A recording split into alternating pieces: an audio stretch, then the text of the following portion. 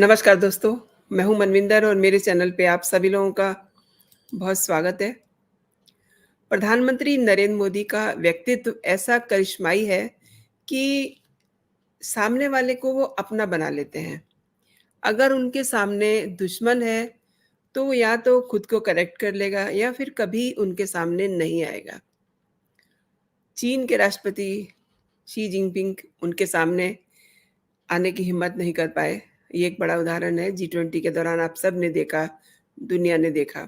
लेकिन कुछ ऐसे भी चेहरे रहे, जो कभी दुश्मनों की गिनती में थे, लेकिन वो भारत के दोस्त हो गए।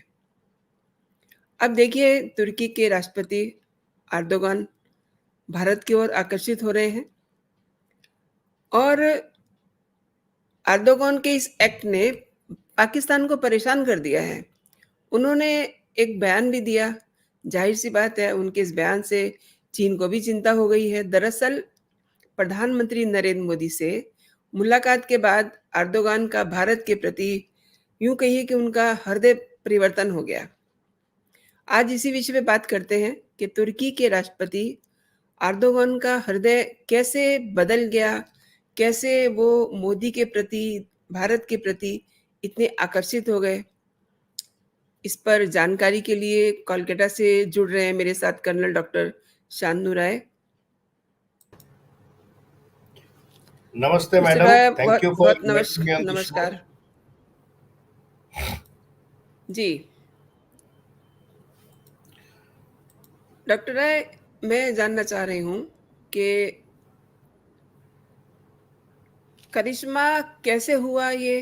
कभी-कभी अ, हैरानी होती है, कभी पाकिस्तान का दोस्त तुर्किया आज भारत से दोस्ती के लिए इच्छुक हो रहा है और एर्दोगान कह रहा है कि भारत जैसा देश संयुक्त राष्ट्र सुरक्षा परिषद में होगा, तो उन्हें बहुत अच्छा लगेगा, गर्व फ़ील होगा।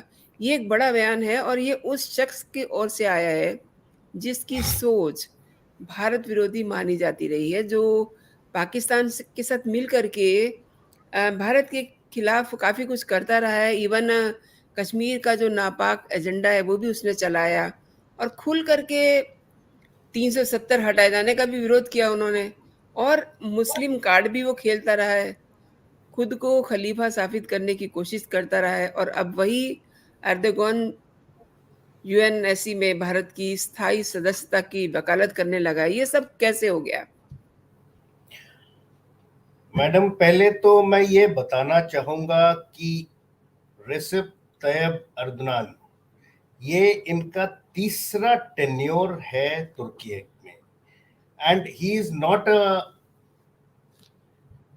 Immature politician. इन्होंने जो भी अभी स्टेटमेंट दिया है काफी सोच समझ के दिया है, जी, क्योंकि तुर्की प्रेजेंटली काफी इकोनॉमिक टर्मोइल में से जा रहा है, इकोनॉमिकली काफी बैक हो गया है। तो इसने देखा कि अगर इंडिया और पाकिस्तान के जी, बीच जी, जी, हाथ पकड़ना है, पाकिस्तान से उसको मिलना कुछ नहीं है। जी, जी, मैं आगे बढ़ने से पहले कुछ बैकग्राउंड दूंगा। जी, श्योर। अदनान जी इनिशियली जी, उन्होंने सोचा कि इस्लामिक वर्ल्ड में वो लीडर बनेंगे, बिकॉज जो जी, इस्लामिक वर्ल्ड का सल्तनत है, द ऑटोमैन एम्पायर जिसको कहते हैं, जी, दैट इज बेसिकली जो अर्स्टवाइल टर्की है, वहां इवॉल्व हुआ था 13-1400 सेंचुरी में। जी।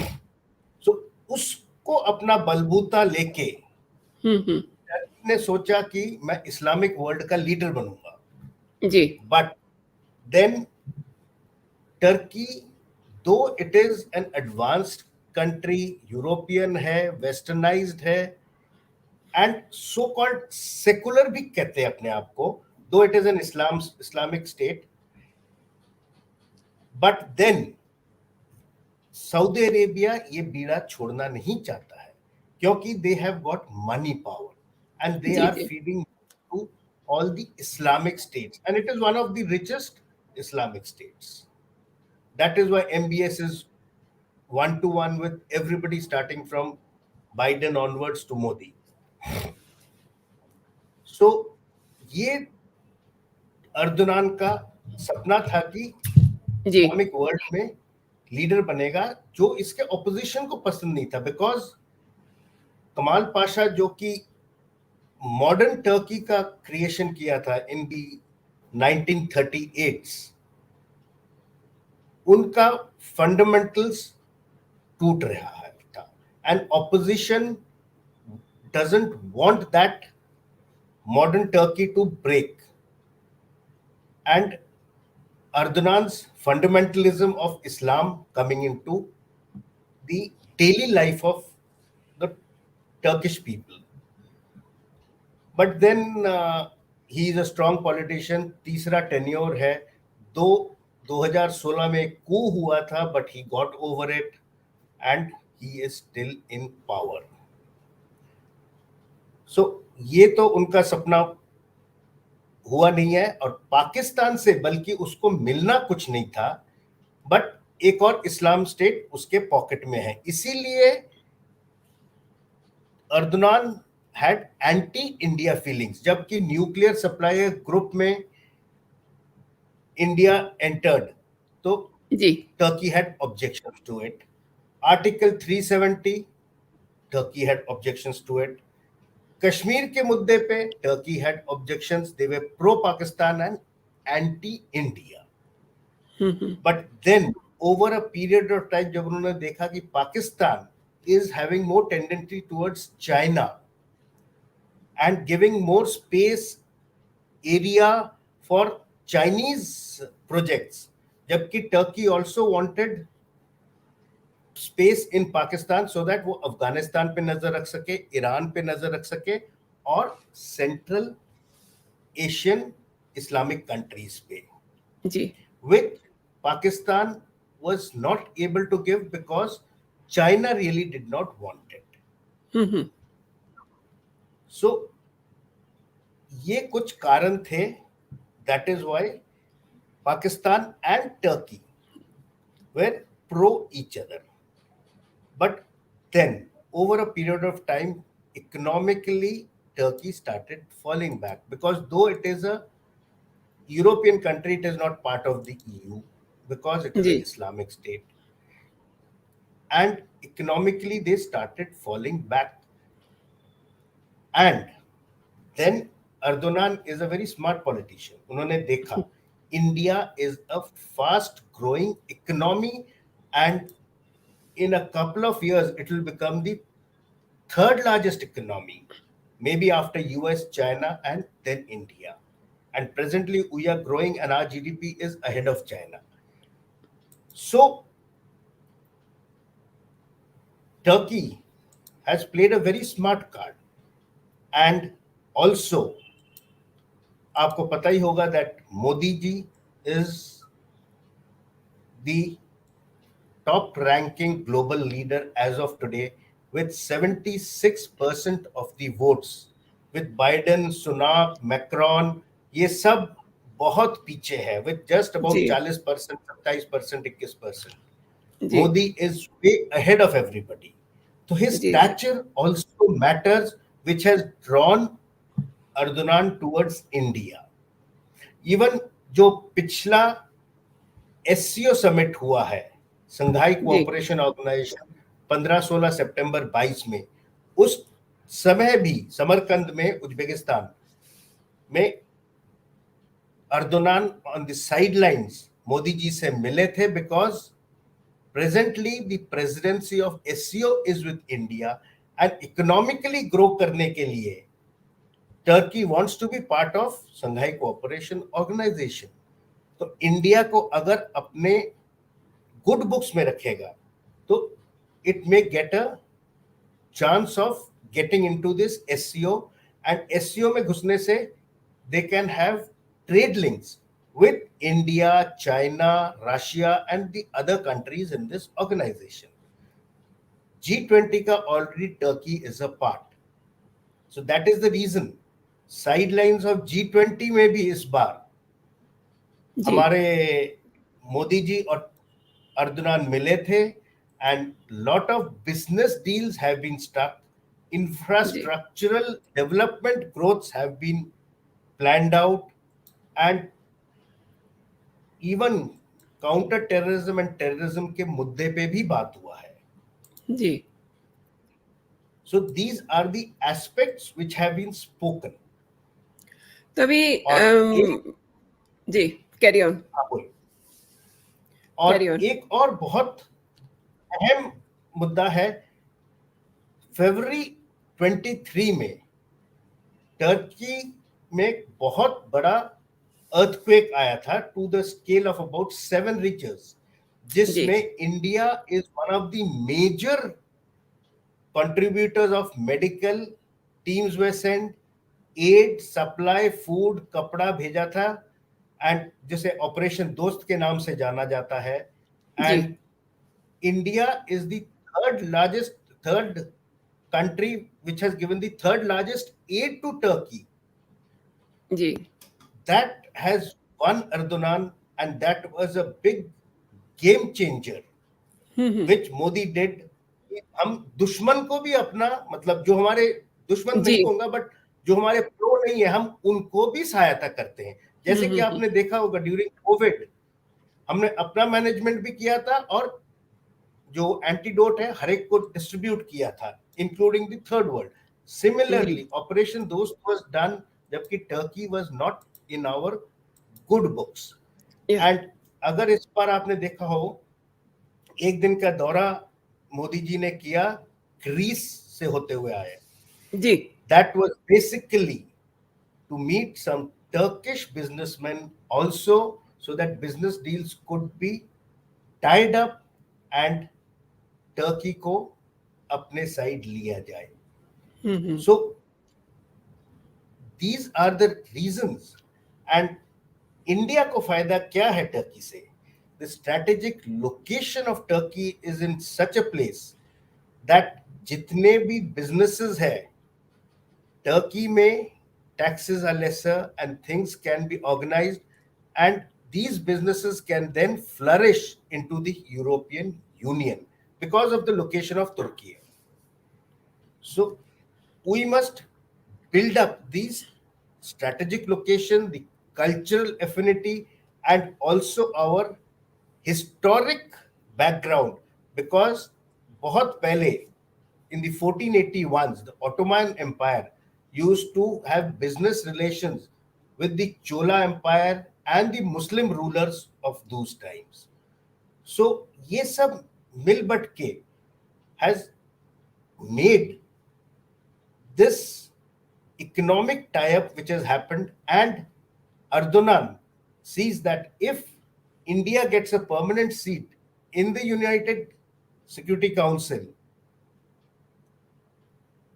and Turkey is in good books of India, उनको फायदा ही होगा, लॉस नहीं होगा. And in case of the UNSC, everybody wants India to get a permanent seat, but only China इन 5 देशों में से ऑब्जेक्ट कर रहा है. जी यूके, यूएस, फ्रांस, रशिया और चाइना में only China is the one who is objecting to it. So India is trying to coax China to say yes, but then China के तो आपको आदत पता ही है, मुंह पे जी राम राम बगल में छुरी वाली बात है. So let us watch. And mister Roy, तुर्की भारत विरोधी चीन की गुटबाजी का हिस्सा रहा है, आपको भी पता है. चीन लगातार यूएनएससी का में भारत का स्थायी जो सदस्यता है उसका विरोध करता रहा है. अब वही तुर्की चीन के खिलाफ जा करके भारत की स्थायी सदस्यता की वकालत कर रहा है. मतलब वकालत इसके पीछे मतलब उसका क्या फायदा है? हमारा तो फायदा है ही. नहीं, तुर्की का ये फायदा ये है कि इकोनॉमिकली ग्रो करेगा. अगर एससीओ में, जैसे मैंने बताया, एससीओ में तुर्की इंक्लूड हो जाता है तो ऑटोमेटिकली चाइनीज से भी उसके इकोनॉमिक तालमेल बढ़ जाएगा। And it is making this statement, Erdogan का ये स्टेटमेंट कहने का ये मतलब है कि चाइनीज को कि आप यस बोलिए so that India also gets a seat and we all can grow together, because Erdogan ने अब ये समझ लिया है कि अगर ग्रो करना है तो सबको लेके ग्रो करना है। जी, G20 में जैसे the whole motto was or the tagline was one earth, one family, one future. So जी, अगर जी, इस दुनिया में अकेले हम तो ग्रो नहीं कर सकते हैं, सबको वेरी ऑब्वियस, मिलके ग्रो वेरी करना ऑब्वियस। है। हुँ, एंड मोदी का स्टैचर अभी ऐसा हो गया है, he is much ahead of everybody else. His charisma has flown. That is what Erdogan has understood. So that is what he is trying to tell China also indirectly. Ki please say yes so that they can get a permanent seat. तो उनका कहने का यही है कि China हाँ करे और हम सब ग्रो करें। एंड इनडायरेक्टली चाइना को बोल रहे का कोशिश कर रहा है कि let us not try to pull other people, because China के जो हरकतें हर एक के सामने छुपा तो है नहीं। हुँ, So hmm. that is basically the reason. It is an indirect hint कि please help India to get the seat because their veto will matter a lot. So, and आज के तारीख में between India and Turkey, the trade is about $7.5 billion. So, जी, काफी हद तक बढ़ चुका है। And then there are other companies like Mahindra and Mahindra, Tatas, who are ready to invest there in Turkey. They are just waiting for the MOUs to get signed. आपसे So मैं एक that is बहुत what he is, important issue पे जानकारी चाहती हूँ। अनंतनाग में अभी भी एनकाउंटर चल रहा है और ये जो yes. हरकत हुई है पाकिस्तान की तरफ से, ये अब चूँकि G20 की जो सफलता है, जिसमें चीन तो आया ही नहीं, इधर तुर्किया ने भारत के साथ दोस्ती कर ली है। तो ये जो अनंतनाग में चल रहा है, इसको आप किस तरीके से देख रहे हैं? देखिए मैडम, ये तो पाकिस्तान की आदत है कि इंडिया का कोई भी सफलता उसको पचता नहीं है। हुँ, हुँ। सो ये जो टेररिस्ट एक्टिविटीज कंटिन्यूअस चले जा रहे हैं, ये इंस्टेड ऑफ अपना इकोनॉमी ठीक ना करके दूसरे के घर में आग लगा रहे हैं। हुँ, हुँ। और ये जो अभी अनंतनाग में एक्टिविटी चल रहा है, अभी भी थोड़ी देर पहले मैं न्यूज में देख रहा था 2 और कैजुअलिटीज हुए हैं। जी। एंड जंगल काफी, अनंतनाग एरिया है जो कोकरनाग जी, जी। एरिया जो जंगल है उस अनंतनाग डिस्ट्रिक्ट में काफी घना है। हुँ, एंड हुँ। ये जो टेररिस्ट वहां छुपे हुए हैं, they know that terrain very well, क्योंकि उसी टेरेन में ये रहे हैं। प्लस यहाँ पे काफी केव्स हैं, जबकि ड्रोन्स भी यूज किए जा रहे हैं, बट डेड एरिया बहुत है, इसलिए ढूंढना मुश्किल हो रहा है।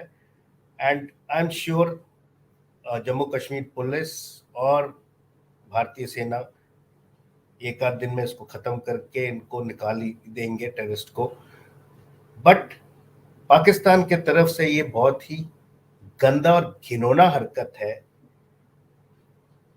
कि ये जो टेररिस्ट और प्रॉक्सी वॉर जो चलाए जा रहे हैं, इससे बेहतर तो यही होगा कि वो अपना इकोनॉमी संभाले जो कि डोलड्रम्स में है, अपने लोगों जी। का दाना पानी के विषय में सोचे, कुछ इंडस्ट्रीज खड़ा करे।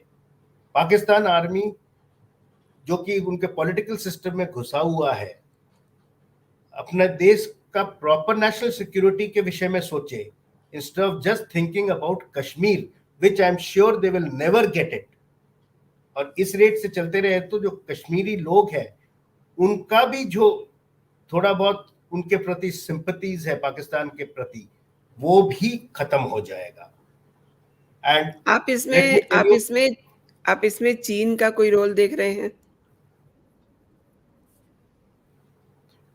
इसमें चीन का तो I do not think there is any role in this. Money pumped in may be from China, yes, because terrorist को पैसों की तो जरूरत है ही, तो money may be pumped in from China और फ्रॉम अदर सोर्सेज, क्योंकि पाकिस्तान के पास तो अपना इतना है नहीं, आईएसआई को पैसा कहीं से तो मिल रहा होगा। सो पॉसिबल है कि पैसा वहां से आ रहा हो चैनल करके आईएसआई के through, but otherwise direct handling तो है नहीं। ये जितने ट्रेनिंग वहां आईएसआई से या पाकिस्तान आर्मी से ही हो रहा है। एंड ये जो प्रॉक्सी वॉर है ज्यादा दिन नहीं चल पाएगा, पाकिस्तान का जो ये दोगला खेल है। And I also feel that we should ban Pakistani item, their singers, their cricket, everything, so that they get isolated in Asia at least, if not the world. Because they are on the verge of, at one time, they were on the verge of being declared a terrorist country. So that is my take on Pakistan at this moment. Mister Shantanu, आपका बहुत-बहुत शुक्रिया, आपने मेरे show में अपना समय दिया। धन्यवाद। Thank you, madam.